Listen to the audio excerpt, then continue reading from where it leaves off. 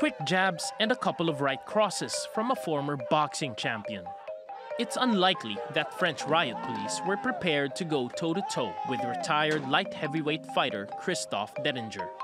He's since been arrested by police, but he's been hailed as a hero by Yellow Vest protesters who took to the streets of Paris for the 8th consecutive weekend.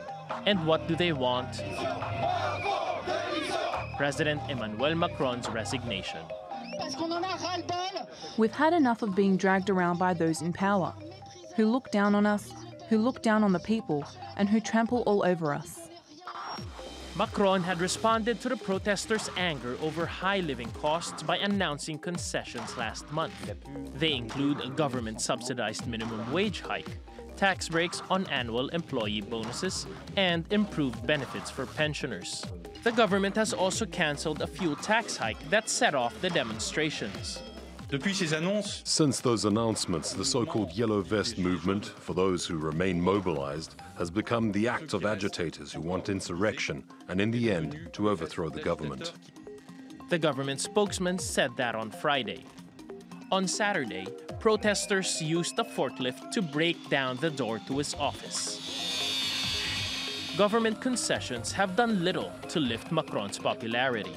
A survey by Odoxa and Dentsu Consulting shows 3 in 4 people in France are unhappy with Macron's leadership.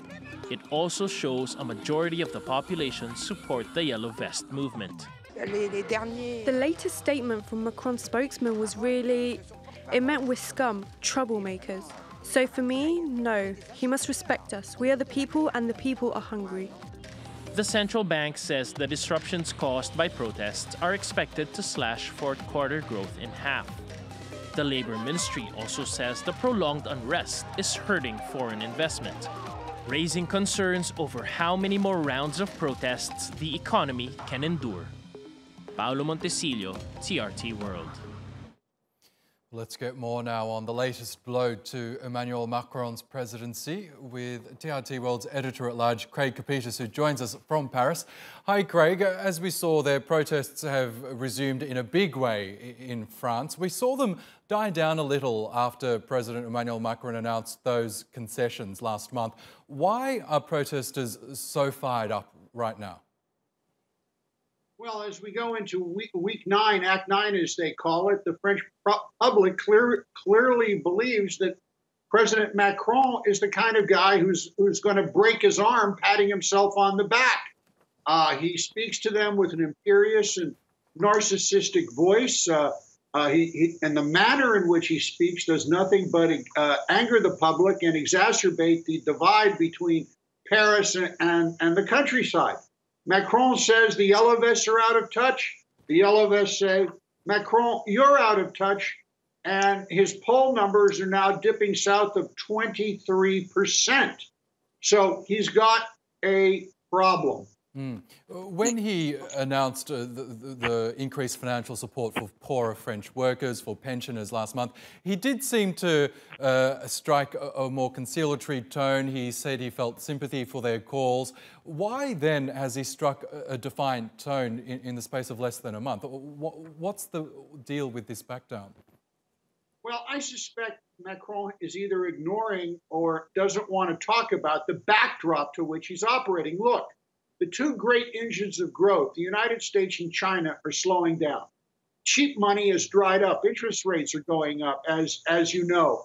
More than half of America's chief financial officers are now forecasting a recession sometime this year.